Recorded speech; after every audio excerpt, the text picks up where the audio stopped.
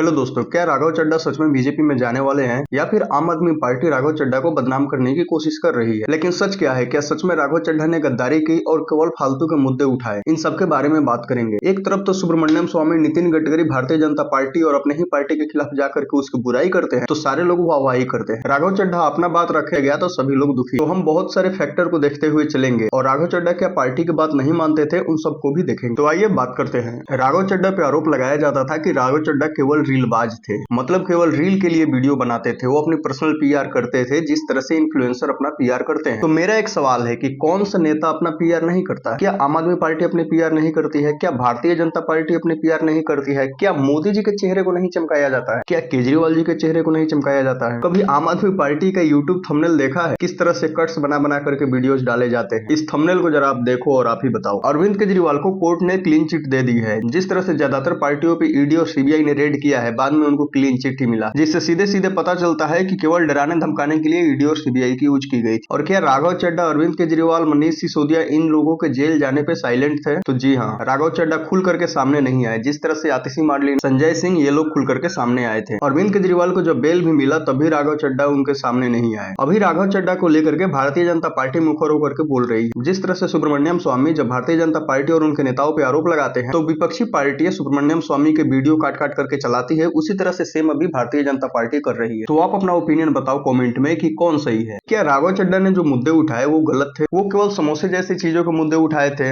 Just like Ravi Kishan? नहीं, ऐसा नहीं है। राघव चड्ढा जितने भी मुद्दे उठाए वो ज्यादातर युवाओं के इर्द गिर्द घूमते हैं। अच्छा, एक बार देखते हैं कि राघव चड्ढा कौन कौन से मुद्दे उठाए। आज मुझे ये कहने में बिल्कुल भी गुरेज नहीं है that's we in India today pay taxes like England to get services like Somalia. हम जहां चांद पर पहुंच गए, यूपीआई से गोलगप्पे खरीद रहे हैं, लेकिन हमारी सरकारी बैंकिंग व्यवस्था 80-90 के दशक से बाहर नहीं आ पा रही है। Remove tax on disability pension on armed forces. Sir, मेरा चौथा सुझाव जो माननीय वित्त मंत्री जी के लिए है वो ये है कि legalize virtual digital assets as an asset class. देश का मतदाता अपने नेताओं को हायर कर सकता है तो वो नेताओं को फायर करने की शक्ति भी उसे मिलनी चाहिए। बढ़ती महंगाई, घटती कमाई। राघव चड्ढा ने कितना अच्छा बात किया है कि जो नेता को हमने चुन लिया है और वह नेता अच्छा नहीं है तो हम लोग उसको फायर कर सकते। इस टाइप की भी सोच होनी चाहिए। लेकिन दूसरे साइड की तरफ से क्या दिखाया जा रहा है कि राघव चड्ढा केवल चाय समोसे के बिल पे बात किए। उन लोगों को ये सभी वीडियोस देखनी चाहिए। बढ़ती महंगाई, घटती कमाई, यानी कि हमारी आमदनी उस दर पे नहीं बढ़ रही जिस राघव चड्ढा का कहना है कि हमारी आमदनी उस तर्ज पे नहीं बढ़ रही है जिस तरह से महंगाई बढ़ रही है, जो कि सही है। महंगाई और बेरोजगारी जैसे मुद्दों को भी राघव चड्ढा ने उठाए। इस देश में 90% एयर ट्रैवल 2 एयरलाइंस के पास, यानी कि एक हमने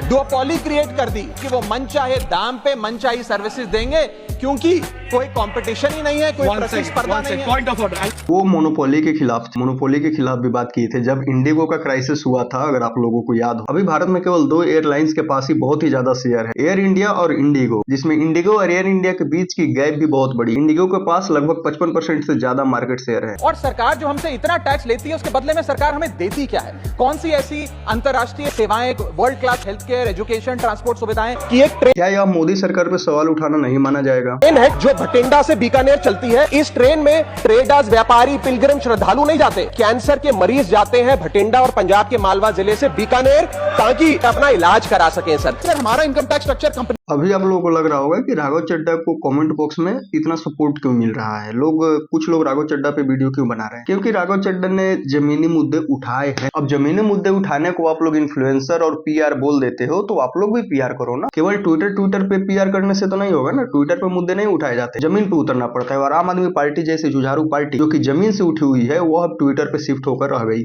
नदियों वाला सूबा पंजाब जो आज सर सबसे बड़ी मार झेल रहा है about the quality and the quantity of water. Put all land and property records of India on blockchain. Sir, मेरा सरकार से अनुरोध है, हर छोटे बड़े एयरपोर्ट पर खास करके चेक इन और सिक्योरिटी के बाद वाले एरियाज में इन कैफेज की शुरुआत की जाए। My subject is concern over impact of traffic congestion in Indian cities. Sir, Bharat का कंज्यूमर बाजार एक बड़ी बीमारी का शिकार है जिसे मिसलीडिंग ब्रांडिंग और फॉल्स एडवर्टाइजमेंट के नाम से जाना जाता है। We must also acknowledge that there is a huge gap between education and employment. As a result, sir, I have no hesitation. कंपनियों के द्वारा किए जा रहे फॉल्स मार्केटिंग के खिलाफ भी राघव चड्ढा ने बोला है। तो इस बहते गंगे में तो कंपनी वाले भी अपने हाथ धो रहे होंगे। तो यह सीधे सीधे सरकार की नीतियों पे चोट थी। फिर राघव चड्ढा ने कहा है कि बेसिक चीजों पे जीएसटी नहीं लगानी चाहिए। आटा, चावल, दाल, एजुकेशनल जैसे चीजों पे जीएसटी नहीं लगानी चाहिए। पेट्रोल डीजल की बढ़ती कीमतों को लेकर के भी राघव चड्ढा ने चिंता जताई। वो सबसे ज्यादा फेमस हुए जब गिग वर्कर्स को लेकर के मुद्दे उठा। जोमेटो, स्विगी, ओला, उबर जैसे राइडरों की बात उठी। किसानों के मुद्दे को लेकर के राघव चड्ढा ने कहा था कि एमएसपी जरूरी है और इसको और भी अनाजों पे लगाने चाहिए। राघव चड्ढा का कहना था कि युवाओं को चुनाव लड़ने की एज को 25 से घटाकर 21 कर देनी चाहिए। जब केंद्र सरकार बिल ला करके दिल्ली सरकार की शक्तियों को छीन रही थी, तब राघव चड्ढा बाहर और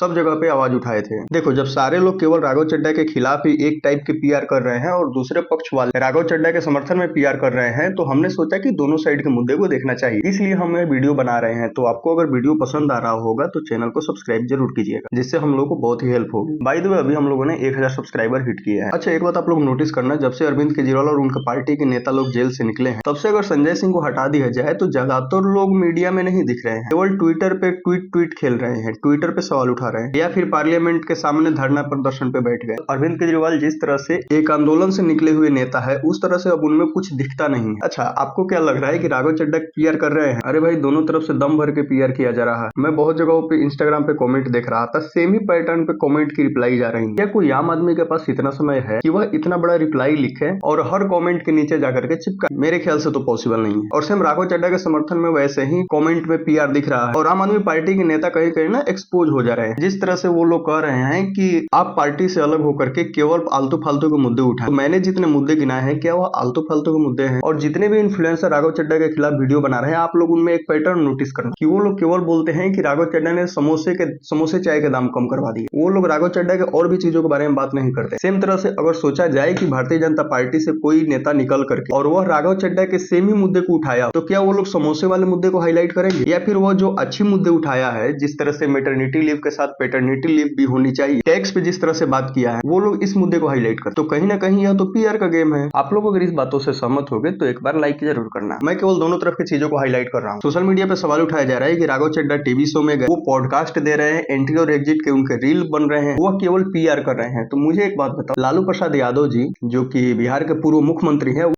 शो में गए थे, तो क्या वह पीआर के लिए गए थे और क्या वह गलत था? राघव चड्ढा परिणीति चोपड़ा, जो कि बॉलीवुड से आती है, उनके हस्बैंड है, वो कपिल शर्मा शो में गए थे। लोग बोलते हैं कि वो पीआर के लिए गए थे। तो क्या दोनों ही तो रियलिटी शो में गए हैं? मुझे पता है इस वीडियो में दोनों तरफ से दम भर के गालियां आने वाली है। अगर आपको लग रहा है कि मैं केवल बीजेपी और राघव चड्ढा की तारीफ कर रहा हूँ, तो मेरे पिछला वीडियो देख लेना और उसका कॉमेंट भी पढ़ लेना। क्या आम आदमी पार्टी दूध की धुली हुई है? मुझे तो नहीं लगता। वैसे बाय द वे, मैं केजरीवाल जी का बहुत बड़ा समर्थक हूँ। मुझे अरविंद केजरीवाल बहुत पसंद है। वो जब जेल गए थे तब भी हम लोगों ने उस पर वीडियो बनाया था, और जब से रेखा गुप्ता को हम लोगों ने देखा है, तब से केजरीवाल जी के लिए 1 लाख गुना इज्जत बढ़ गया है हम सब। अरविंद केजरीवाल को कुमार विश्वास छोड़ करके चले गए, जोगेंद्र यादव छोड़ करके चले गए, पत्रकार आशुतोष छोड़ करके चले गए। ऐसे ना जाने कितने नेताओं की लिस्ट है जो केजरीवाल और उनके अंदर के लोगों से खफा थे, लेकिन इन सब पे आम आदमी पार्टी चुप्पी साध लेती। अगर आप लोग अपना बायसनेस हटा करके इस मुद्दे को देखोगे तो दोनों साइड से मस्त मुद्दे भुनाए जा रहे हैं। मेरे ख्याल से राघव चड्ढा दोषी होंगे अगर वह भारतीय जनता पार्टी को कुछ समय बाद ज्वाइन कर लेते हैं। वैसे सबका यह है, क्योंकि बहुत सारे लोग दल बदल करते रहते हैं, या फिर जिस तरह से कपिल सिब्बल की कांग्रेस से नाराजगी थी, गुलाम नबी आजाद की कांग्रेस से नाराजगी थी, उन लोगों ने भारतीय जनता पार्टी का हाथ नहीं थामा। वो लोग कांग्रेस के जैसे आइडियोलॉजी वाले पार्टियों में चले गए, जिस तरह से कपिल सिब्बल समाजवादी पार्टी में चले गए और गुलाम नबी आजाद ने अपनी एक अलग पार्टी बनाई। तो देखना होगा राघव चड्ढा आगे क्या करते हैं। और हम लोग जो केवल इंटरनेट पे इन्फ्लुएंसर और नेताओं की बातों को सुन करके अपना ओपिनियन किसी एक व्यक्ति के बारे में बना लेते हैं, तो आप लोग वह वीडियो सुन नहीं रहे हो, आप लोगों को वह वीडियो सुनाया जा रहा है, आप लोगों को वह वीडियो दिखाया जा रहा है। अभी अरावली के मुद्दे पे किस तरह से पेड पीआर चलाया जा रहा है, तो अभी कौन सा वीडियो पेड पीआर है, कौन सा वीडियो रियल है, कैसे पता चले? देखो, अब पॉलिटिक्स ऐसा हो गया है ना कि कोई भी दूध का धुला हुआ नहीं है। राघव चड्ढा और आम आदमी के बीच में अनबन नहीं हुई थी, हुई होगी। अरविंद केजरीवाल राघव चड्ढा को इतना बड़ा बना दिए थे कि विधायकों को राघव चड्ढा से मिलने के लिए परमिशन लेनी पड़ती थी, जिसको लेकर के विधायकों के अंदर नाराजगी रहती थी। राघव चड्ढा को आम आदमी पार्टी का पंजाब में अरविंद केजरीवाल का सक्सेसर के रूप में देखा जा रहा था। तो आम आदमी पार्टी ने राघव चड्ढा को बहुत कुछ दिया। अच्छा, आप लोग नोटिस किए होंगे कि मैं इस वीडियो में कपिल मिश्रा और स्वाति मालीवाल के बारे में बात नहीं किया था। ये लोग भी आम आदमी पार्टी से निकले हुए लोग हैं, लेकिन स्वाति मालीवाल उतनी अच्छी मुद्दे नहीं उठा। आम आदमी पार्टी से निकलने के बाद वह केजरीवाल के खिलाफ ही हो गई। और कपिल मिश्रा, ये जब आम आदमी पार्टी में थे तो मोदी जी को दम भर के गरियाए, फिर वहां से भारतीय जनता पार्टी में आ गए तो केजरीवाल को दम भर के गरियाते। समझ रहे हो ना? दो दो दो दो दो। तो मेरा यह ओपिनियन था, मैंने दोनों साइड के पक्ष को ईमानदारी से दिखाने की कोशिश की। और आपको मेरी इस वीडियो और ओपिनियन पे क्या कहना है, अपना ओपिनियन कमेंट में जरूर बताइएगा। और अगर यह वीडियो पसंद आया तो हमको सपोर्ट करने के लिए हमारे चैनल को सब्सक्राइब कीजिए। बहुत बहुत धन्यवाद।